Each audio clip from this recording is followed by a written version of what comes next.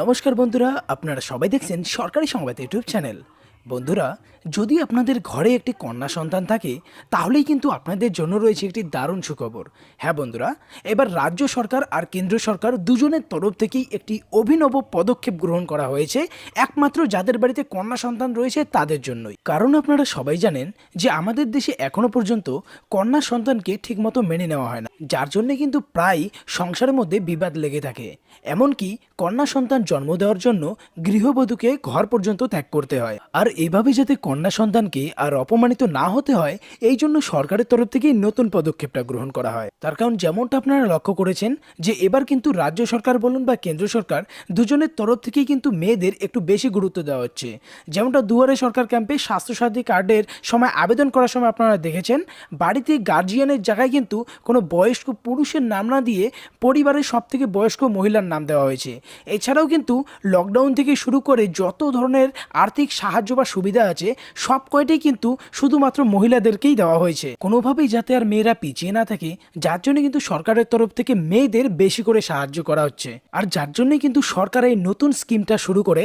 আর এই স্কিমের আওতায় যদি আপনার বাড়িতে কোনো কন্যা সন্তান বা কোনো মেয়ে যদি থেকে থাকে তাহলে কিন্তু তাদের প্রত্যেকের ব্যাংকের অ্যাকাউন্টে একদম বিনামূল্যে 11,000 করে টাকা পাঠিয়ে দেওয়া হবে। তো আজকের এই ভিডিওটিতে আমি আপনাদের দেখাবো যে কিভাবে এই নতুন যোজনায় আবেদন করবেন, কিভাবে আপনার মোবাইলেই আপনারা অনলাইনে এটার জন্য আবেদন করতে পারবেন। তো সবটাই কিন্তু এক এক করে আপনাদের বুঝিয়ে বলে দেব। তবে তার আগে যদি আপনিও চান যে আপনাদের বাড়ির মেয়েটির ব্যাংকের অ্যাকাউন্টে এই 11,000 টাকা পাঠিয়ে দেওয়া হোক, তাহলে কিন্তু সবার আগে এই ভিডিওটিকে একটি লাইক করবেন, এরই সঙ্গে লাল রঙের সাবস্ক্রাইব বাটনে ক্লিক করে বেল নোটিফিকেশনটা অল করে দেবেন। তো এখানে দেখুন সবার প্রথমেই বলা হয়েছে যে যদি আপনার কন্যা সন্তান জন্মগ্রহণ করে আর তার সাথে সাথেই কিন্তু পেয়ে যাবেন 11,000 টাকা।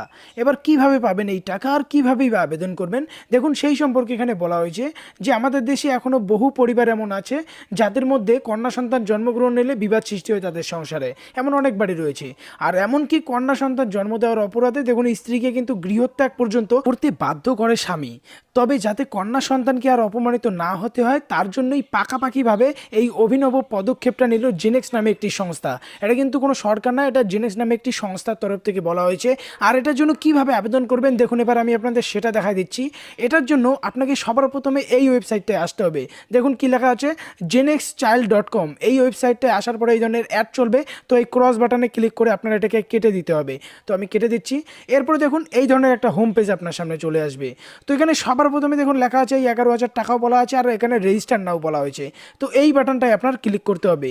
যখনই ক্লিক করবেন দেখুন ছোট্ট একটা ফর্ম চলে আসে। তো এখানে কিন্তু মায়ের ডিটেলস দিতে হবে। তো মায়ের ডিটেলস এখানে নাম, email ID, mobile number, date of birth, এরই সঙ্গে দেখুন এখানে কি বলা হচ্ছে এক্সপেক্টেড ডেলিভারি ডেট। তো এই সমস্ত কিছু দেওয়ার পরে কিন্তু আপনার এই নেক্সট বাটনে ক্লিক করতে হবে। তো নেক্সট বাটনে ক্লিক করার পর কিন্তু ফর্মটা নিচে থেকে আরও খুলে যাবে, মানে বড় হয়ে যাবে। এখানে যদি কোনো মেডিকেল কন্ডিশন থাকে সেটা দেওয়ার কথা বলা হয়েছে, সেটার একটা ফটো তুলে আপলোড করতে হবে এখানে। তারপর অ্যাড্রেস দিতে হবে, আপনার স্টেট বা রাজ্যটা সিলেক্ট করবেন।